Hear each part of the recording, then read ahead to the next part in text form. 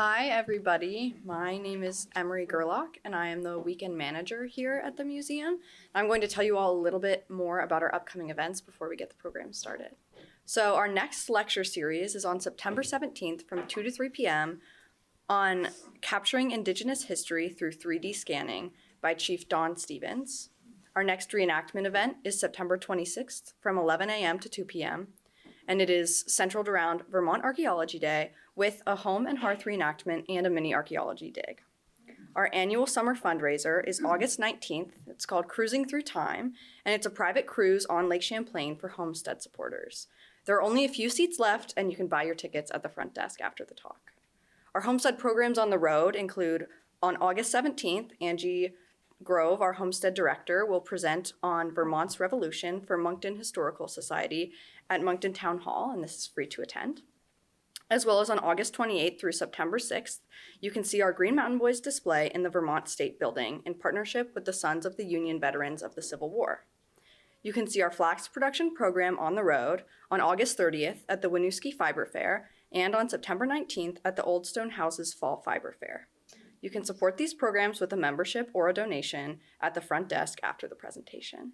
We'd also like to thank our sponsors for this event, Richard and Linda Smarg, M&T Bank, and Northfield Savings Bank. Thank you to our sponsors. Thank you to CCTV for recording today, and thank you to Margaret Rushlow as well for the refreshments. I am now going to introduce Angie Grove, who is our executive director. Thank you all.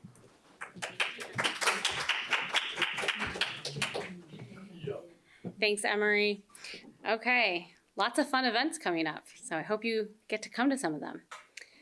Okay, so I am here to introduce our speaker today, who has become a friend of mine over the last couple of years because we have a mutual friend who lived in the 18th century and that we're going to learn about today. So Jessie Haas grew up in Westminster, Vermont, in a house that was built by Benjamin Hall's, historian Benjamin Hall's great uncle, on a farm that was first settled by a Minuteman who fought at Bunker Hill. So a lot of connections to history right at Jessie's youth. As a child, she was lured into the love of history because historical novels frequently had horses on the covers.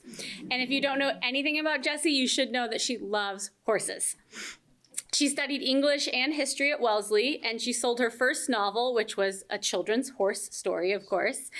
She sold that first novel a month before she even graduated college. And that was back in 1981. Horses and history account for most of her 43 published books. She has also written 2 histories of the town of Westminster, including Revolutionary Westminster, which covers the period from settlement to statehood. We're good? Thanks. And it was while researching this history in Westminster that Jessie learned about Fanny Allen, who was living only 100 feet away from the courthouse during the Westminster Massacre. Fanny and her stepmother Margaret encountered the sheriff's posse. They lived through the massacre, and Jessie has studied all of that. Little known facts from that event occur in Jessie's novel, Dearest Blood, which we do sell in the gift shop, and she is here, so you might as well get an autographed copy after this presentation. Jessie Haas is president of the Westminster Historical Society. No surprise after all that research. And she spearheaded the 250th anniversary commemoration of the Westminster Massacre and in 2025. That effort included drafting a resolution that was passed by the Vermont State Legislature, which described the massacre in only 330 words, which Jessie has told me she considers her greatest writing achievement. When she's not writing and doing historical research, she lives in an off-grid cabin with her husband, Michael J. Daly. So please help me welcome Jessie Haas.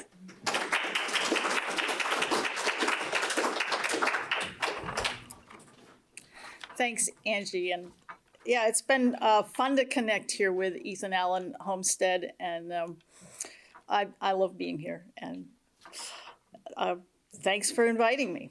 So the title of my talk is When Fanny Met Ethan, but I could have titled it Where Fanny Met Ethan. The focus is on my hometown of Westminster, which was her home for 3 pivotal periods of her life. In 1775, she was 15 when she was living next door to the courthouse during the Westminster Massacre. In the aftermath, the family fled to New York, where Fanny was forced into an unwelcome marriage. In 1783, she returned as a young widow seeking to recover her stepfather's confiscated land, and met Ethan Allen, who had the same lawyer she did, and his own strong interest in confiscated Tory lands. After Ethan's death in 1789, she returned to Westminster with their children. And there in 1793, she married Dr. Jabez Penniman, among whose patients was U.S. Senator Stephen Roe Bradley's wife. In 1803, following his wife's death, Bradley named Penniman to a lucrative post, which sent the family back to northern Vermont. So Westminster was Fanny's launching pad, the longtime home of her stepmother, and a place where she was remembered as a woman of wit and spirit.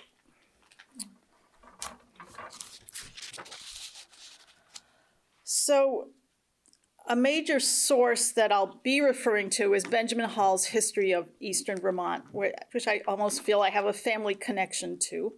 This was published in 1858, and Hall was 22 years old and newly graduated from Harvard when he came to Westminster, which was his father's hometown, and started work on his history. He was 168 years closer to the Revolution than we are, and was able to interview participants of the massacre and children of the participants. He also delved deep into the official records of 5 states, and when you check his work, you find the documents say what he says they do. But his book should also be understood as oral history and as local history. In the course of my research, I came across a clipping from a small local newspaper that ran a weekly history column. It reprinted a story from an 1895 article in the Vermont Phoenix, a Brattleboro newspaper. And that article quoted an 1805 newspaper story whose source was Mrs. Frances Penniman, the former Fanny Allen. It was the first time I had any idea that Fanny Allen, our Fanny, was in Westminster at the time of the massacre. I included the story in Revolutionary Westminster, but I didn't fully believe it. Later, I changed my mind, which I'll get into, and the historical conjunction is the basis of my novel, Dearest Blood. So I come at this material now from 2 viewpoints: historical, what we know, and fictional, what we can imagine. Westminster is a Connecticut Valley town between Rockingham and Putney, with a landscape created over 11,000 years ago by the draining of glacial Lake Hitchcock. This left fertile lake bottom soil laid out in a series of tablelands along the banks of the Connecticut. And you can easily see this as you drive on I-91. Westminster Village occupies a plateau above the river with farmland on the flats below and to the north. There was a Paleo-Indian presence starting 13,000 years ago. At the time of European contact, the Abenaki occupied the area with a concentrated settlement called Squakeag at what is now Northfield, Massachusetts. Following European contact, Squakeag experienced plagues in which 90% of the inhabitants died. An attack by the Mohawks drove the remnant north to Canada. So now the upper Connecticut Valley was a settler's dream, empty of Indians, enormous fertile flat fields in which you literally cannot find a rock if you want one, and the river with easy access and trade routes. And yet, Squakeag might be gone, but the wars with the French and their Indian allies made the place far too dangerous for decades. Massachusetts was overcrowded. The government was under pressure to find new territory for settlement, and at that time, Massachusetts considered that it had title to a large swath of the land that is now Vermont. In one of the pauses in the Long War, the General Assembly ordered a survey of land from Rumford to the Great Falls and laid out 28 6-mile square townships. In 1735, Westminster was chartered as Township Number 1, granted to citizens of Taunton and nearby towns as compensation for their service in the war. The new proprietors surveyed the town, and eventually 3 men came up and built a gate, a boat landing, a little short section of road, and 2 cabins. And then they found out they weren't in Massachusetts anymore. In 1740, the boundary with New Hampshire was settled. New Hampshire considered that it went all the way west, quite into the nebulous west. And the Massachusetts line fell south of Westminster. So the risk was just too much, and the settlers gave up. 11 years later, another batch tried again. And instead of solitary men this time, these were family groups who formed a little community, 8 adults, a dozen kids from teenagers to infants. In 1753, New Hampshire granted a charter and named the town Westminster. But in 1753, war broke out again, and the town emptied for the next 5 years. Only in 1758 did a few young men begin sifting back to take up homesteads. In 1760, which is the year Fanny was born, the fall of Montreal and the final defeat of France opened the floodgates. New settlers came flocking in, mostly from Massachusetts, a few from Connecticut. They were all young and middle-aged couples with a lot of kids. So it was a very youthful place. If you happen to remember growing up at the tail end of the baby boom, it was like that. Elders were rare. They were, even 10 years later, there were only 8 men over 60 in the whole town of Westminster. And it was a place full of cousins. Many of the families had already extensively intermarried before they arrived. So people came, adult couples came with their siblings, their in-laws, all the little cousins. So even in a strange place, there were many familiar faces. But with all this homogeneity, political beliefs differed widely. And one good example is a set of farms down on the flats, settled by soldiers who'd scouted the location while canoeing upriver to reinforce Fort Number 4. Azariah and Medad Wright were double third cousins of Ethan Allen. Samuel Wright married Elizabeth Burt in 1653, and their great-grandsons were Azariah and Medad Wright. Samuel's little brother, Judah, married Elizabeth's little sister, Mercy, and their great-grandsons were Ethan and his brothers. In a town where almost every man was a former soldier, Azariah Wright stood out as a man fully adapted to frontier life and fighting.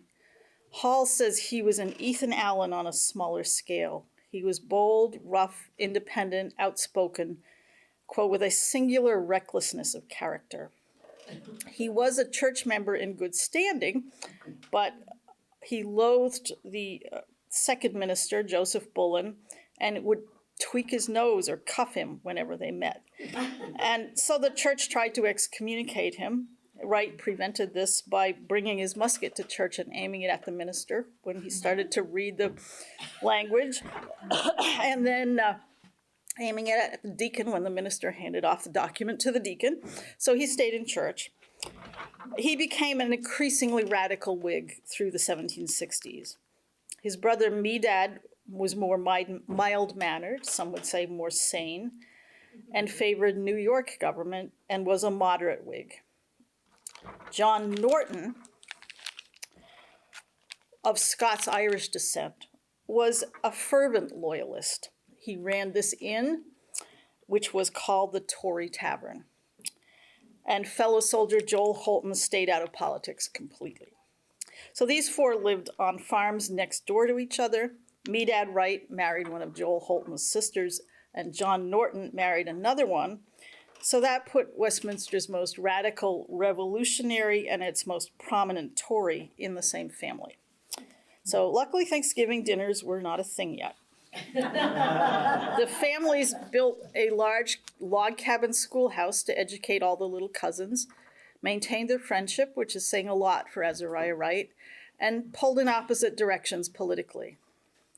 So through the 1760s, Westminster grew by leaps and bounds and changed its locality once again. In 1764, the king declared the western banks of the river Connecticut to be the boundary line between New York and New Hampshire. In Westminster, this didn't change much of anything. Nobody was trying to take anybody's land. And whatever the map might say, this was New England. It was entirely settled by New Englanders. New York then created Cumberland County, encompassing present Windham, Windsor, and parts of Orange County, to give residents better access to the legal system. The new county seat was in Chester, which was the home of the influential Chandler family. John was county clerk. Thomas was chief justice. It had a rudimentary courthouse and a jail so sketchy that incarceration was pretty much voluntary. You could just like push up the ceiling and get out of the cell. In 1768, unrest led the British to declare Massachusetts in a state of insurrection and to quarter 2 British regiments in Boston. This set the clock ticking on the Boston Massacre, the Boston Tea Party, the Massachusetts Farmers' Rebellion, and the Westminster Massacre. In Westminster, Azariah Wright responded by forming a pure Whig, essentially private militia. He drilled them at his farm just down the road from the Tory Tavern. There were 37 members, including Captain Wright, and they called themselves the Liberty Boys. Many of these men were related. There were 3 Averils, 3 Phippins, and 1 Rand, all connected by marriage, 3 Crooks, 3 Burkes, 3 Ides, 3 Robinsons. This militia was quite separate from the normal town militia, and it was a big time commitment, as Wright just drilled them avidly. In 1771, Westminster's first ever Yorkers moved to town. This is Crean Brush, an Irish Tory lawyer, very well connected in government circles.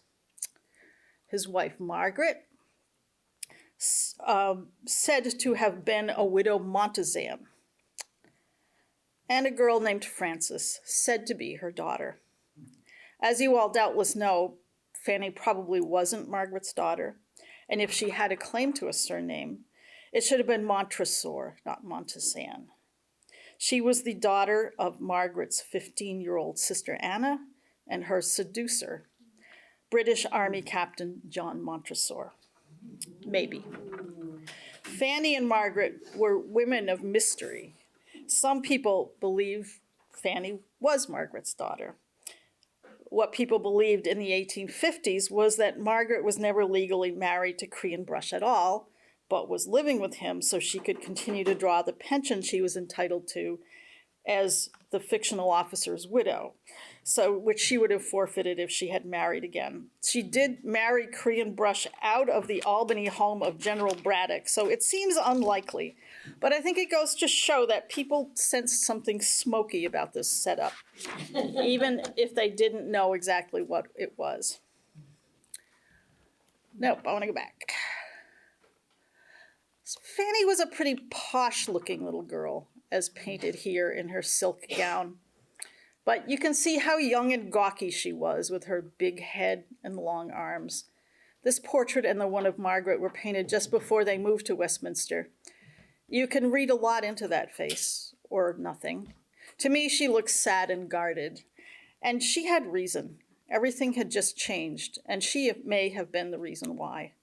The story handed down through the family of Elizabeth Norman, who was Crean Brush's daughter from his first marriage, was that the Brush family exodus occurred because Fanny had begun to come out in society, and her presence was embarrassing to her natural father. So come out in society. She was 11. But that gown isn't the kind of thing a girl would have worn to study or putter around in the garden. And, where did she wear it? What parties and gatherings would a girl that age have attended? Margaret was certainly out in society. Was she claiming to have been a widow Montezan, as she did in Westminster, or a widow Montresor? In either case, it was embarrassing. Captain John Montresor was handsome, popular, a brilliant military engineer, and had another Frances Montresor's feelings to consider, his beautiful and wealthy wife. So according to the Norman family history, Crean Brush was awarded thousands of acres of land. And this is a map of Westminster, excluding the village lots, with Crean Brush's name written all up and down the lots of, the 100-acre lots and the range. So 6,000 acres of land in Westminster, and was told by the governor to take his embarrassing family elsewhere. So what would Fanny's state of mind have been when she arrived in Westminster? She's 11 years old, which is an awkward age. She's illegitimate. She's living under an assumed name and a false backstory. Her family's been sent into exile because of her. She was 11 years old. I'm sure that's how she would have thought of it. She came from a multicultural city to a little log cabin village in a town of less than 500 people. She left behind everyone she knew, her beloved New York garden, and a world of wealth and luxury, to come to this place where most people were related, and everyone agreed to a set of social norms that were strange to her. She was rich, at least on paper. Everyone else was poor. Her family owned the only private house with glass windows in the entire town. They had a clock that chimed. They had oil paintings of themselves hanging on their walls. Nobody here even pronounced her name right. She was Fanna, not Fanny. Like Hannah or Anna. Every other girl in New England was called Anna, and that sounds right to our ears. But Fanna and Sala don't. And Billa doesn't either, but that was what was commonly used in Westminster, sometimes spelled B-E-L-A, which made me wonder, wow, what's the Eastern European connection here? But so William Czar Bradley, the congressman, was called Billazar as a child, which usually run together into a single word. So in Fanny's position, I think I would have curled up like a cutworm for the next 20 years. She emerged an outwardly confident, sharp-tongued, witty, and spirited young woman, who even at 15 was prepared to state her opinion. At least that is how she was remembered in Westminster, and how she remembered her girlhood self 30 years later. The Brushes were new and exotic, and were at first welcome to Westminster.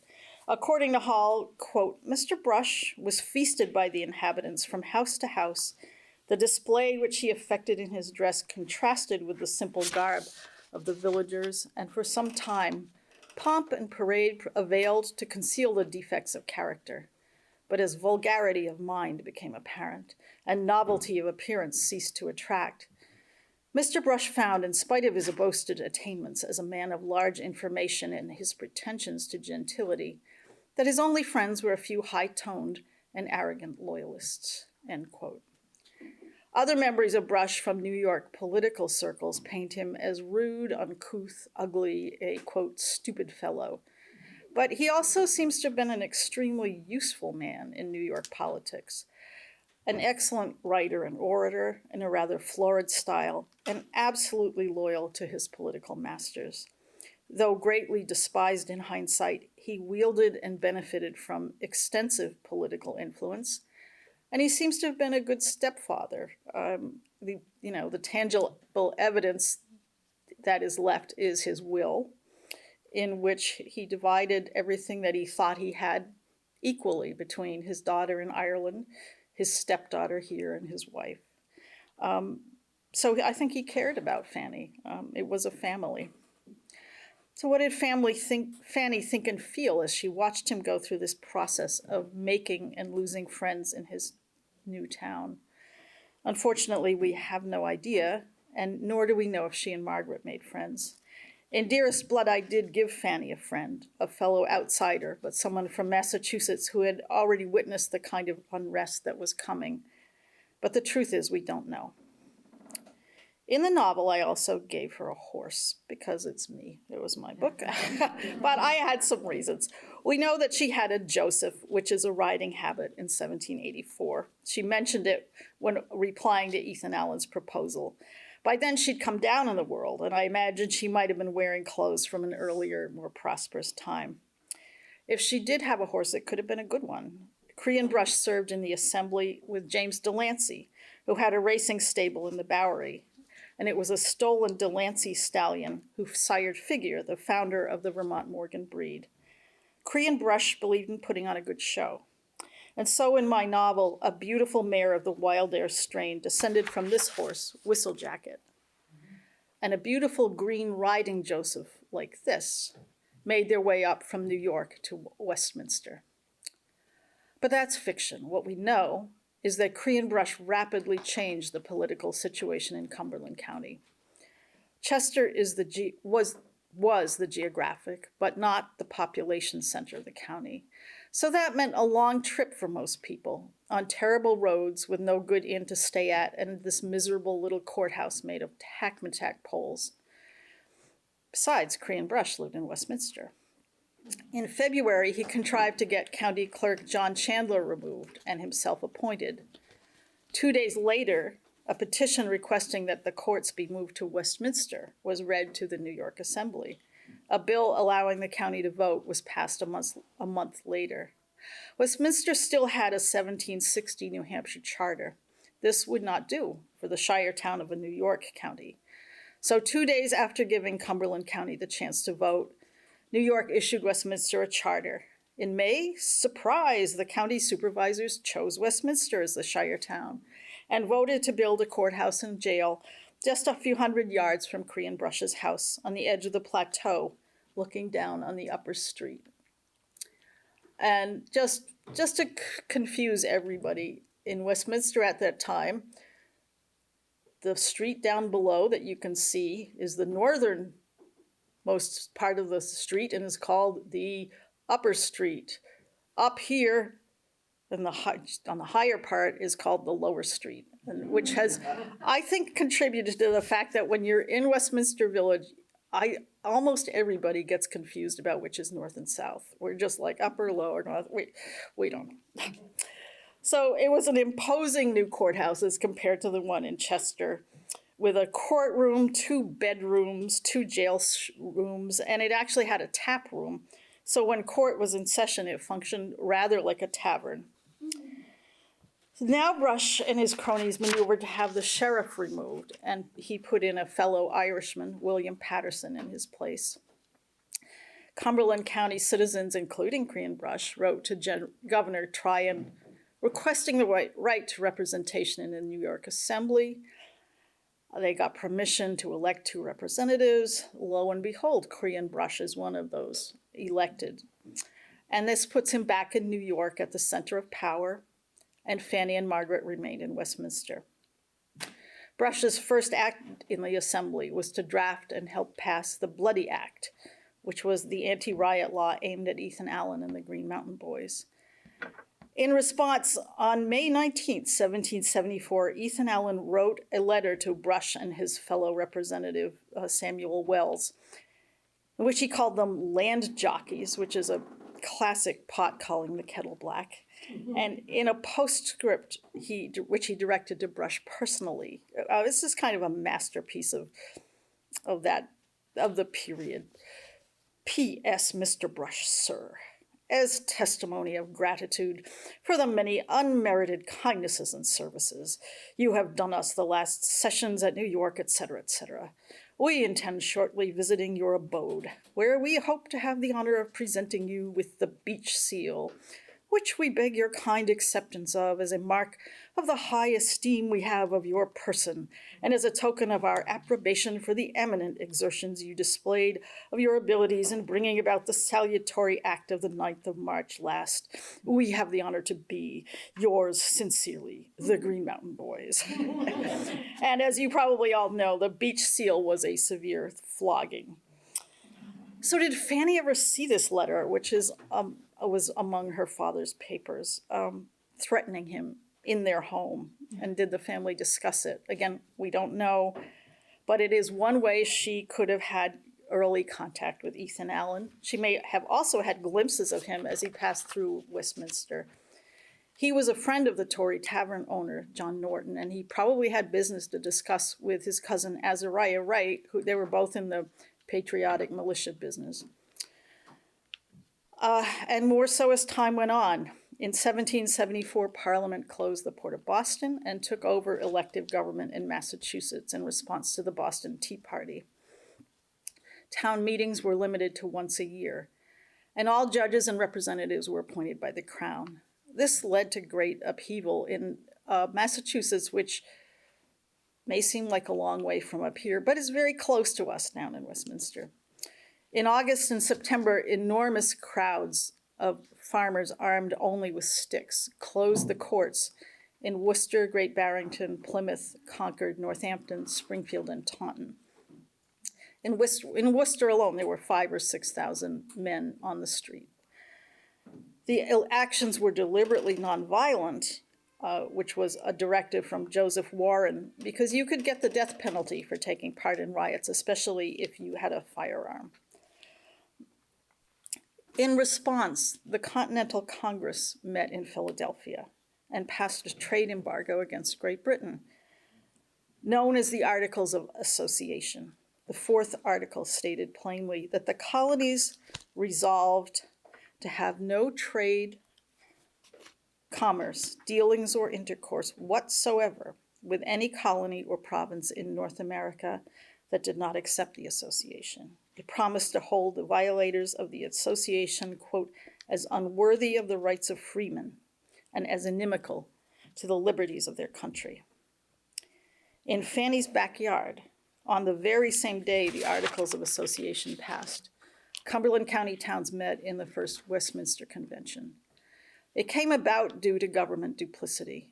In May, the leader of the New York Committee of Correspondence, which was a patriot organization, had written to the Cumberland County supervisors asking what local sentiments were about what was happening in Massachusetts. The supervisors suppressed the letter, but somehow there were certainly spies in both camps. Somehow word got out. So Azariah Wright and his fellow radical who taught at the school right across the road went to the next meeting and asked just casually, quote, whether any papers had been received which ought to be laid before the several towns of the county. The supervisors fessed up and sent a copy of the letter to each town, and a county convention was called to decide what action to take.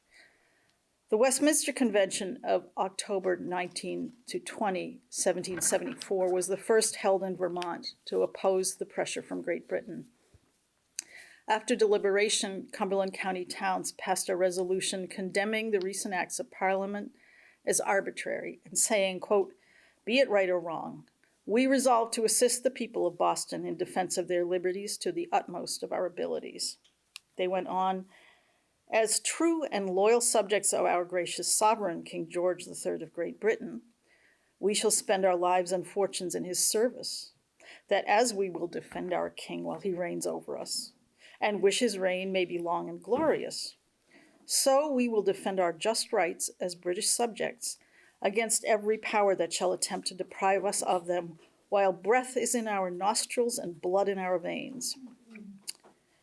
In November, responding to the Articles of Association, which they hadn't heard about yet, the towns met again in Westminster and voted to, quote, religiously adhere to the association's provisions. The trade embargo went into effect in December 1774, but in early 1775, the New York Assembly rejected it, with Cree and Brush, of course, voting with the majority. So now we had a situation. Cumberland County had voted to support the embargo. New York had not. Local government was in the hands of Yorkers. According to a summary of events written up for a Whig committee of investigation just a few days after the massacre, quote, our men in office would say that they did like the resolutions of the Continental Congress and they ought to be strictly adhered to until our General Assembly voted against them. Then they said that this would do for the Bay Province, but it was childish for us to pay any regard to them. Some of our court would boldly say that the king had a just right to make the revenue acts, for he had a supreme power, and he that said otherwise was guilty of high treason, and they did hope that they would be executed accordingly. Executed. They were talking about their neighbors. The Whigs further wrote that, quote, the people were of opinion that such men were not suitable to rule over them. And as the General Assembly of this province would not accede to the association of the Continental Congress, the good people were of opinion that if they did accede to any power from or under them, they would be guilty of the breach of the 14th article of that association and may be justly dealt with accordingly by all America. So the good people of said county thought it was time to look to themselves, and they thought it was dangerous to trust their lives and fortunes in the hands of such enemies to American liberty, but more particularly unreasonable that there should be any court held, since thereby we must accede to what our General Assembly had done, and not acceding to what the whole continent had recommended, and that all America would break off all dealings and commerce with us and bring us into a state of slavery at once. Therefore, in duty to God, ourselves and posterity, we thought ourselves under the strongest obligation to resist and to oppose all authority that would not accede to the resolves of the Continental Congress. But knowing that many of our court were men that neither feared nor regarded men, we thought that it was most prudent to go and persuade the judges to stay at home. So they feared violence at the hands of their government, and they wanted to avoid the risk of bloodshed. To that end, on Friday, March 10th, 40, quote, good true men, Whigs from Rockingham, visited Judge Chandler at his home to dissuade him from attending court. He gave them a mixed answer, said he thought it would be a good idea not to hold court, but there was a case of murder he had to try, and then they'd all go home. Quote, one of the committee told him that the sheriff would raise a number with arms and there would be bloodshed. End quote. Chandler said he would give, quote, his word and honor that there should not be any arms brought against us. And they all agreed to meet at the court in Westminster on Monday the 13th, the following Monday. As soon as the Whigs left, Chandler sent messages to the other members of the court, and they made plans to occupy the courthouse before the Whigs could arrive. The Whigs found out almost immediately. Somehow, they were on their phones. They were on horses in March on god-awful roads, but somehow everybody found out everything the exact same day. And so now it turned into a race. Each side's trying to get to the courthouse first.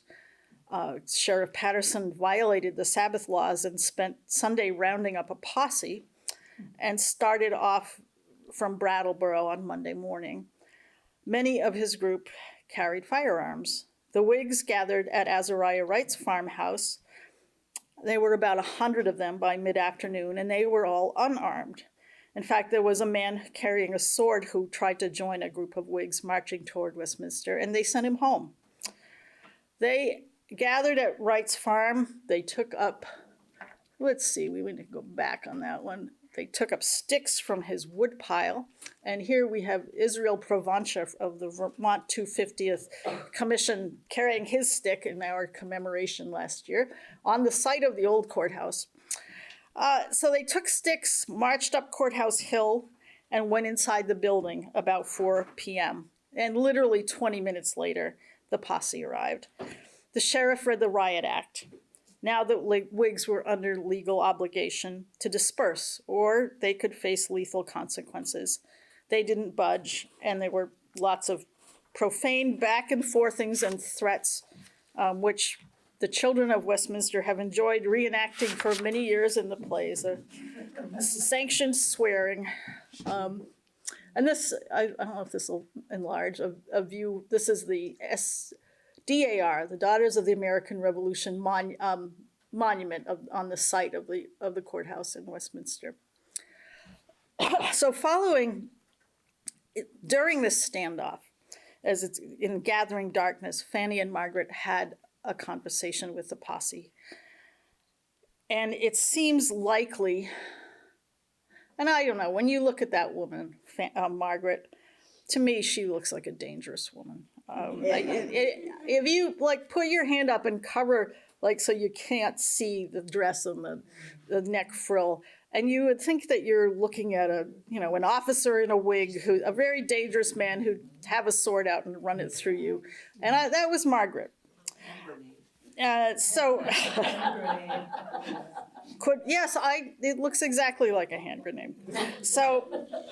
It seems likely that the officials went to the Brush home, which was just a few steps away from where they were gathered. And it was a place all of them would have been familiar with, the home of their absent leader, Crean Brush. They might have been hoping for refreshments. And what they got instead was a talking to. According to what Fanny told the reporter, Margaret, quote, told them that if the judges were not women in men's clothes, They would give the order to drive the rebels out of the courthouse at once and bring the leaders to trial for treason, that they had authority and arms and had only to contend with traitors who would run at the sound of their own voices. Her daughter, Frances Montezan, told her that she thought they had a just cause. Does this give us Fanny again? That she thought they had a just cause, and to remember that there were Green Mountain boys on the other side of the mountains, and that Ethan Allen would come to assist them. Her mother answered that she should not be more surprised to see her sneaking after Ethan Allen than she was at that, and told the others that the girl was crazy, and Sheriff Patterson that the king expected him to do his duty. So did this really happen? When I wrote Revolutionary Westminster, I assumed that it was invented after the fact, that the widow of Ethan Allen might well have wanted the story to go that way, and that surely Fanny and Margaret would have been in New York with Cree and Brush. But I've come to realize that wasn't the cultural norm. The wives and children stayed home while the men went to the assembly or the assizes. And furthermore, it seems likely Fanny and Margaret weren't particularly welcome in New York. And also there's sworn testimony from a witness to the massacre in which the deponent speaks of being in the Brush home on March 14th. It seems unlikely he would have been there if no one was at home. Also, Fanny said it happened, and I don't see why she should not be believed. So what happened next was tragic. Judge Chandler arrived. Azariah Wright reminded him of his promise that nobody would be armed. Chandler said it was none of his doing and promised to disarm the posse. He did not. He promised the Whigs could stay in the courthouse overnight unmolested. Also a lie. Following a supper at the Tory Tavern, consisting largely of rum, the posse marched up to the door just before midnight. Here I'll give the words of Reuben Jones, writing for the Whig committee a few days later. The sentry at the door espied some men with guns, and he gave the word to man the doors, and the walk was crowded. Immediately the sheriff and his company marched up fast, within about 10 rods of the door, and then the word was given, take aim and then fire. 3 fired immediately. The word fire was repeated. God damn you, fire! Send them to hell, was most or all of the words that were to be heard for some time. Fanny and Margaret would have easily heard those shouts and shots, being practically next door. The moon was nearly full, so they may well have seen the fighting, as the unarmed men on the steps were mowed down. The protesters fought back with their clubs and then fled out all 4 doors of the courthouse. And Jones again, there were several men wounded. One was shot with 4 bullets, one of which went through his brain, of which wound he died the next day. Then they rushed in with their guns, swords, and clubs, and did most cruelly mammock several more, and took some that were not wounded and those that were, and crowded them all into close prison together, and told them that they should all be in hell before the next night, and that they did wish there were 40 more in the same case with that dying man. When they put him into prison, they took and dragged him as one would a dog, and would mock him as he lay gasping, and make sport for themselves of his dying motions. That laughter would also have been audible at the nearby Brush house. The sheriff, judges, and court officials remained in the courthouse overnight while they drank and caroused. William French, a young farmer from Brattleboro, died. Daniel Houghton and another man lay gravely wounded. Azariah Wright was a dangerous and aggressive man, but he was no fool. There was no attempt to retake the courthouse that night. Instead, couriers rode in all directions, and the next morning Fanny would have seen men beginning to gather in Westminster's one street, singly and in large groups from all the surrounding towns and from across the river in New Hampshire. Now they were armed. The crowd swelled to 400 or more over the course of the day. The sound of so many angry men in this usually quiet place must have been terrifying. They threatened to fire into the courthouse and kill everyone inside, or to set it ablaze. The threats grew so severe that Captain Benjamin Bellows, Jr., who was the leader of the New Hampshire contingent, formed up around the courthouse to prevent further violence. He later fought in the Revolutionary War and was a committed patriot, but he said later in life there was nothing he was prouder of than his action on March 14th in Westminster. For Fanny and Margaret, the emotions must have been intense. The men upstairs in the courthouse were their friends and political allies. They were the cavalry that had ridden to the rescue and now needed rescuing themselves. The men downstairs in the cells, some of them were their neighbors of the last 4 years, and so were the men outside, just outside their door. But they were also their political enemies, and there were so very many of them. How could this end except in more bloodshed? But about 4 p.m, 2 Whigs went inside the courthouse and suggested that the court officials surrender. We don't know who they were, but since one of them harangued the court officials extensively, the name Azariah Wright does spring to mind. In any case, the officials looked out at a sea of furious armed men and must have felt they had no choice. They could only rely on whatever guarantee of safety those 2 Whigs were offering. So they surrendered. After much discussion about what to do with them, the Whigs packed them into the same cells where French had died and his comrades bled. And that was the end of New York government in Cumberland County. Men kept arriving the next day with more threats of violence against the prisoners. And Fanny's prediction was half right. Some 50 Green Mountain Boys did come, but under Robert Cochran, not Ethan Allen. The boys took no part in the action. Everything was settled before they arrived. Roving parties captured every county official except the coroner and put them in the cells. An inquest was held over French's body, and he was buried with a salute fired over his grave, the cemetery easily seen out of Fanny and Margaret's windows. The brush house was never harmed or threatened as far as anyone reported, even though it was enemy headquarters for the court party. At some point in the next few days, Fanny and Margaret crossed the river to a friend's home in New Hampshire, and from there went to New York. And I've often wondered what they took with them, what that packing up was like.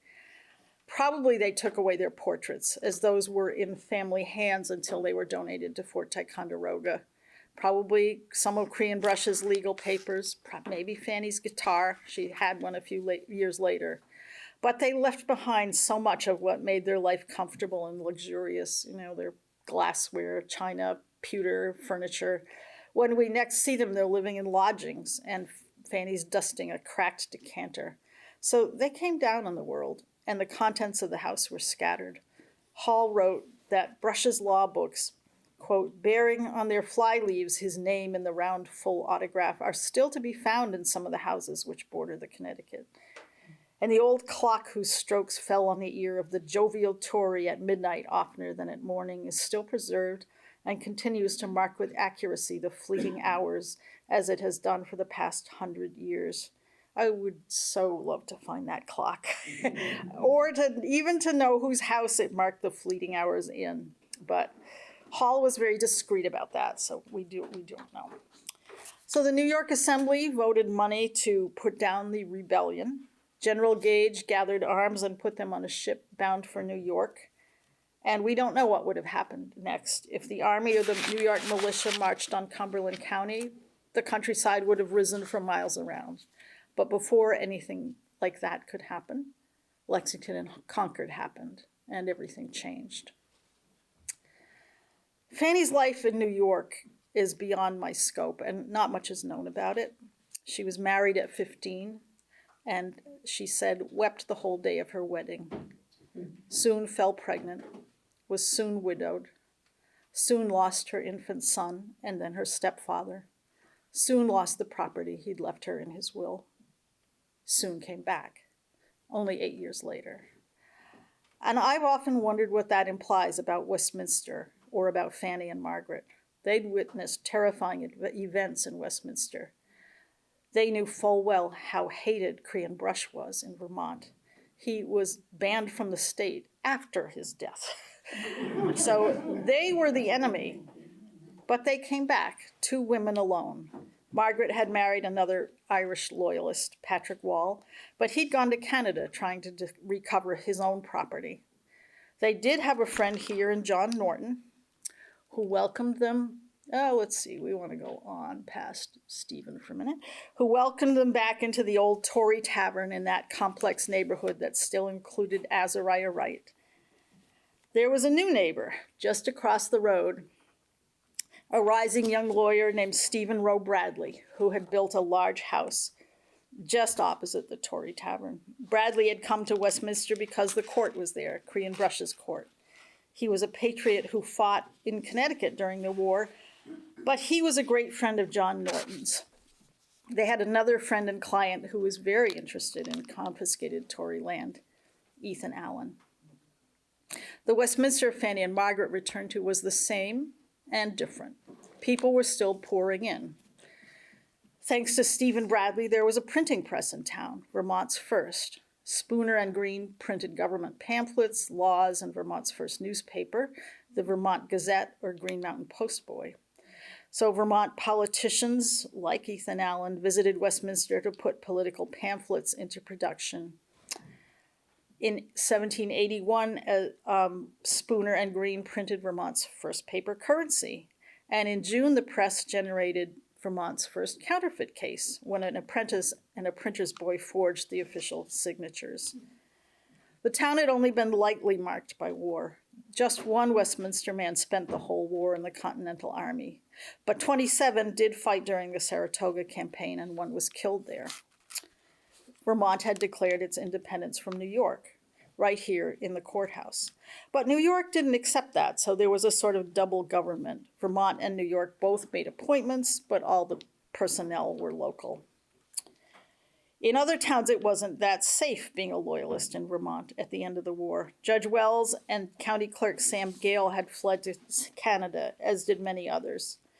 Even people who changed sides and became patriots, like Judge Thomas Chandler, had their sins held against them.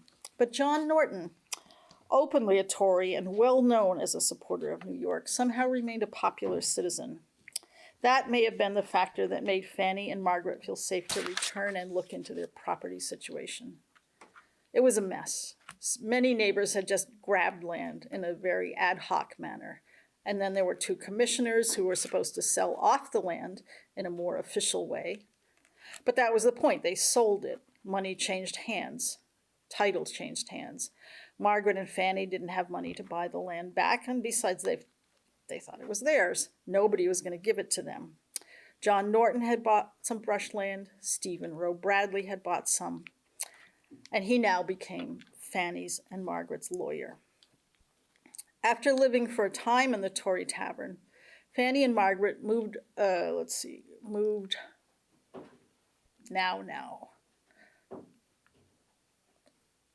well, aren't we going in a circle? There we are. Moved across the road into a couple of rooms in Bradley's house. Bradley was married and father to a 2-year-old named William Czar Bradley, Bilazar. But I've often thought if they'd ever been single at the same time, Fanny and Stephen Bradley would have made a great couple. Be that as it may, living at Stephen Bradley's house, it was inevitable that Fanny would meet Ethan Allen. And I wonder if she was apprehensive about that. Anyone who's read Allen's narrative of his captivity knows how bitterly he hated Tories at that time. It's likely Fanny read that book. It was a bestseller. But several years had passed. And, based on our own recent experience with the COVID epidemic, it seems to me likely that for most people, the big changes had already been metabolized. The war was over, the Americans had won, time to get on with life. So certainly these people from different sides of the war, Ethan Allen, John Norton, Stephen Rowe Bradley, were happy to belly up to the bar together and pick the carcass of Crean Brush's estate.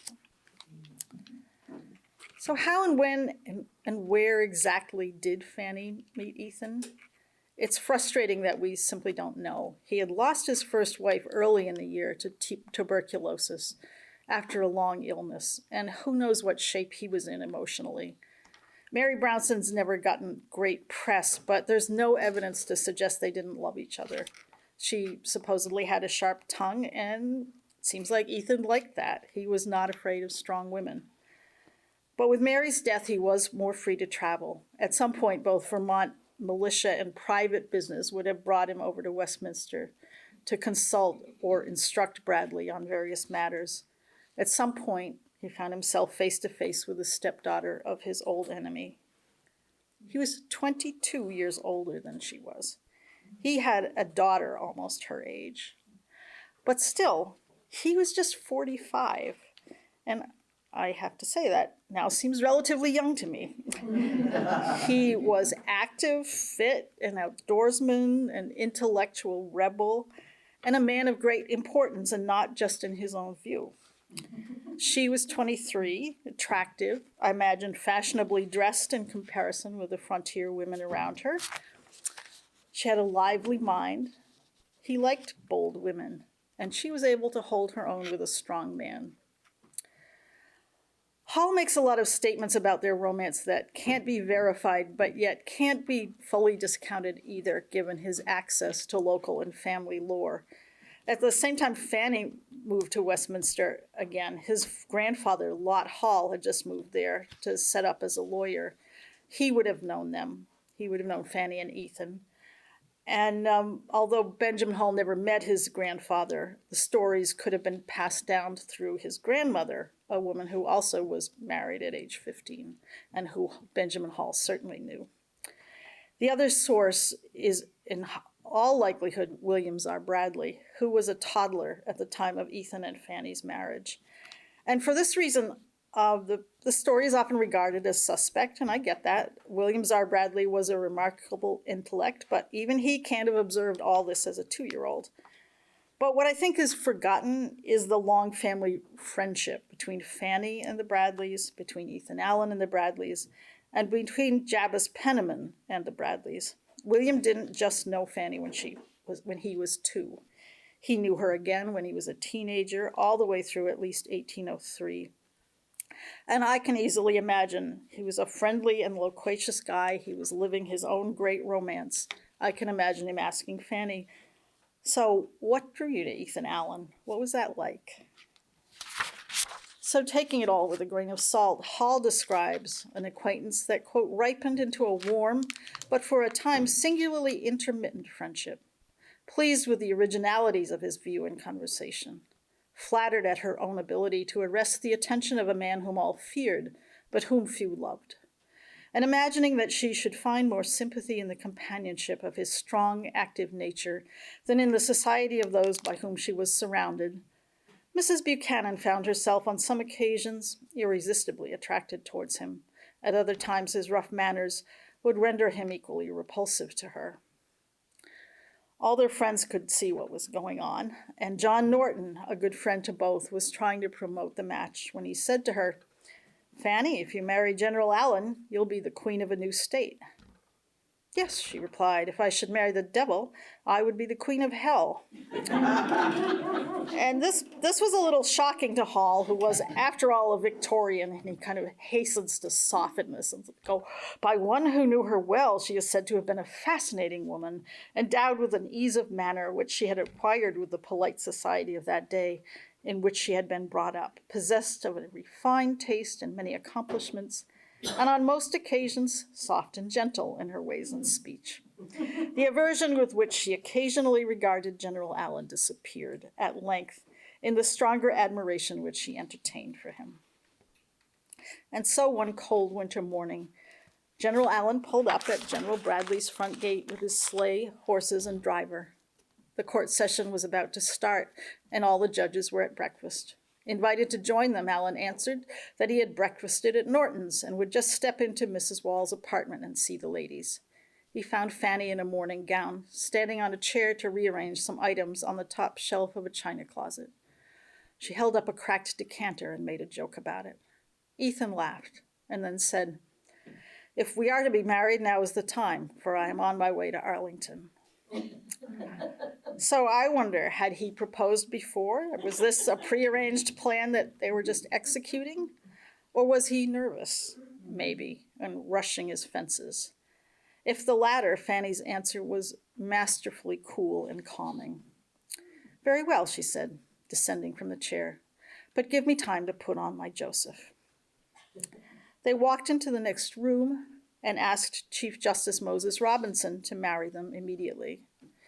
The justices were all in town for the court session, so all Vermont bigwigs were there. Ethan made it sound like he was willing to forego the ceremony. For myself, I have no great opinion of such formality, and from what I can discover, he says, she thinks as little of it as I do, and I don't know why he thought that. Judge Robinson urged him to slow down and asked if he had given it serious consideration, which is one of the things that makes me think it was a lightning quick romance. Certainly, he said, but looking at Fanny, I don't think it requires much consideration. And after which flattering remark, they were married. Alan balked briefly when he was asked if he promised to live with Fanny, quote, agreeable to the law of God. But looking out the window, he found his loophole. Quote, the law of God is written in the great book of nature? Yes, go on. And they did go on, putting Fanny's trunk and guitar case into the sleigh and heading off across the mountains. There are plenty of interpretations of the attraction between Fanny and Ethan that center on that land, Korean Brush's land. Did he marry her because she was an heiress? I doubt it. Nobody knew better than Ethan Allen that you could have title to thousands of acres and still be poor if there was nobody around who could afford to buy it. Did she marry him because she thought he'd be able to get the land back for her? I doubt that too. She already had one of the best lawyers in Vermont, and he couldn't do it. Absent a diary, and I predict the Homestead will discover one on or around April 1st, one of these years. We can't know, but I think it was love. They appeared to have lived happily together, as far as we can tell. They had some babies, and Ethan did a lot less roaming, until that winter night in 1789 when he went out to sled some hay home, and Fanny was widowed again. Again, she returned to Westminster after their third child was born, and took shelter with Margaret and Patrick Wall. The house was the old one she had lived in as a girl, just down the street from the old courthouse. Newfane was now the county seat, and Westminster was trying to figure out what to do with its once great claim to fame. At that time, they were using it as a school. One of the kids who studied there was little Daniel Hall, who would be the father of the historian Benjamin Hall. Westminster wasn't frontier anymore. Instead of one little shelf of goods in the front room of Reverend Bullen's house, there were now 3 whole stores. The villagers had made a covenant to pipe water down from a spring up the hill through pine logs, and the so-called hydrostatic society that they formed became the Aqueduct Society, which operates today with village households sharing the cost to pipe down water into the cisterns in their cellar. So modern life, fully modern life, had arrived. The meeting house got glass windows and a bell. Stephen Roe Bradley gave the bell. Vermont was a state, and Stephen Bradley helped make that happen. He was now a U.S. Senator, had been widowed, and had recently remarried. In 1793, at age 33, Fanny also married again. Her new husband was Dr. Jabez Penniman. And this is a photo, yes. This was a portrait of him in older life, but he was 4 years younger than Fanny. He's usually described as being of Burlington, but he was in Westminster at this time and was doctor for Stephen Bradley's family. He and Fanny lived in what's still known as the Penniman House on a high hill overlooking Westminster Village, and soon had children of their own. And this house is actually the only building in Westminster associated with Fanny that's still there. I took members of the Homestead on a tour of Invisible Westminster last fall, so we could see all the places where the buildings aren't there anymore, and we were generously given a chance to tour inside the Penniman house as well. So they were raising Fanny and Ethan's children. They had children of their own. They soon made the acquaintance of Elizabeth Norman, Korean Brush's daughter from Ireland, who came to Westminster to take up the quest for those lands. Ethan Allen had been occupied with that for quite a while until Margaret Wall requested that he turn it over to John Norton. Norton had no luck. Mrs. Norman bought out Fanny's and Margaret's interest and moved to New York State, hoping that the New York lands might be easier to come by. But all the states had confiscated Tory land, and nobody ever proved able to untangle the affair. Hall described Mrs. Norman as a lady of fine manners, dignified deportment, and in every respect an ornament to her sex.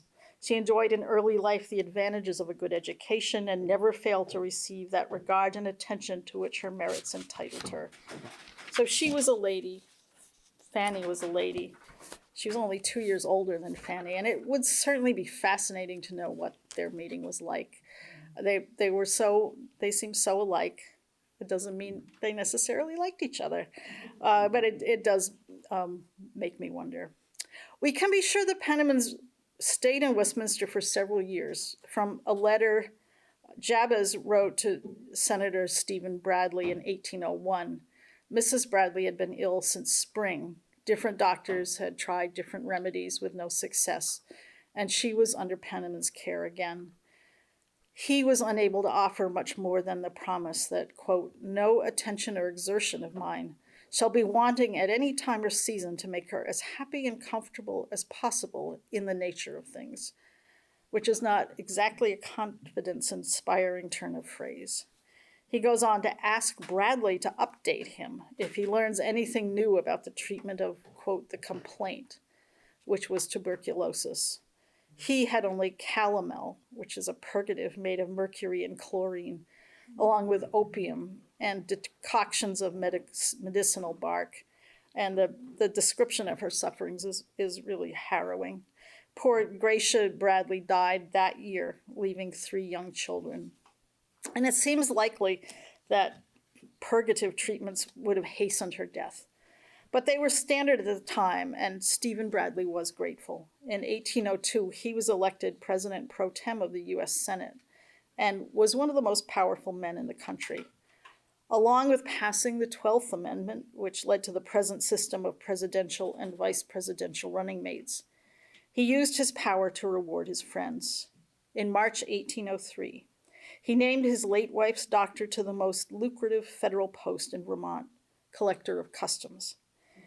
The Pennimans mortgaged their Rocky Hill farm to post the substantial bond required of the collector of customs.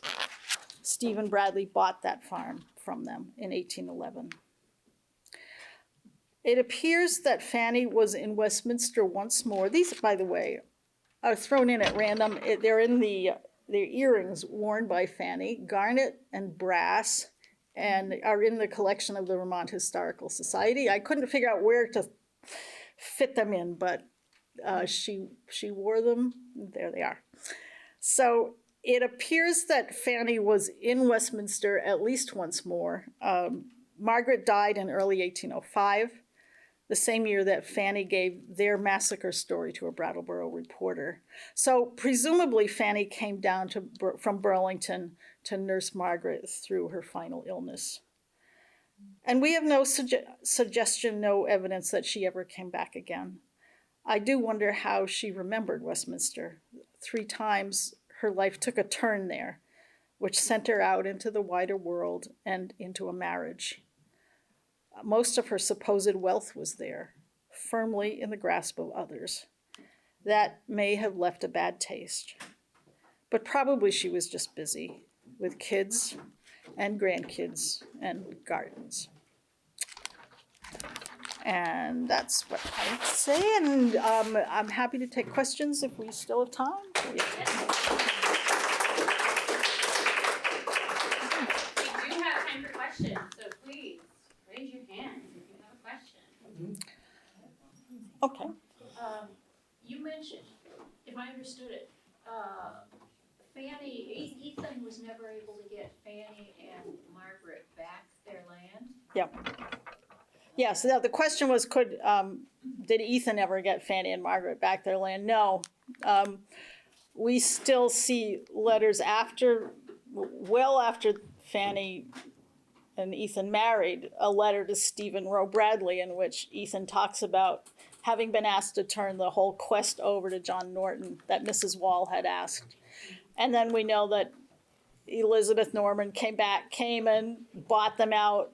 So they did get something for it, whatever Elizabeth Norman paid. That was, as far as I can tell, all they ever got from that bequest of the land. Yes? If women can't inherit property why did Mrs. Norman come from Ireland over here to try and get land that supposedly she couldn't inherit it anyway? Well, people certainly seem to think they could inherit it. So I have to say the question is, if women couldn't inherit, how could they think they could inherit? And they certainly seemed to think they could inherit. But that's a question that takes me beyond my area of expertise. Stephen Rowe Bradley seems to have put some effort in to try and get them to inherit. So, the answer is I don't know. Yes. Were the men who perpetrated the Westminster massacre ever held accountable for it? The question is, were the men who perpetrated the massacre ever held accountable? Well, they were sent to jail in Northampton. They were then transported to New York, and since the inquest had found that William French was murdered and several of them were named, they were sent to New York. With the outbreak of the war, everything became very confused, and so they were not. They did not pay a price, and in fact, some of them seemed to have been rewarded, and they were turning in their expenses to the government of New York. I mean, there's a bill from the sheriff for the the bar bill at the Tory Tavern for the 4 gallons of rum that Patterson had paid for and wanted to be reimbursed for the 4 gallons of rum. And the man who claimed to have shot William French came home in a handsome new coat that everybody thought he had been given as a reward. So no, they did not pay the price. That man died insane, so maybe he paid a price, but it wasn't a government that imposed the price on him. It might have been. Yes. Another question, the portraits of Fanny and Margaret, I've always wondered if some of that was enhanced. Portrait painters came often with backgrounds already painted in, like the beautiful backgrounds on those portraits. And at least I look at Fanny's more than I look at Margaret's. But the bird in the hand, the gorgeous silk dress. I mean, they had some wealth, but I wonder if that was exaggerated in the painting. Well, I think it could well have been. I mean, certainly the backgrounds are probably generic. Fanny seems like the kind of girl who might well have had a pet bird. She loved nature and flowers and things like that. I think that what's likely to have been real was the clothing. I mean, the portraits in those days were very carefully portraits of clothing as well as of faces, and the detail. When people want to know about the clothing, they're able to zoom in on those portraits and find exact detail. So I think the dresses are real. I'm not going to claim the bird or the little hand grenade. I don't know about that, but I believe in those dresses, and I believe in those faces. I believe in that dangerous look on Margaret's face and that look on Fanny's face. I believe in those. Yes. I might even help you out there. I used to be a docent at the Worcester Art Museum. Oh, cool. That was the symbolism of having flowers and a bird, small birds or lambs, was a symbol of youth and purity. Innocence, yes. European paintings as well, and they would learn from Europeans anyway, so.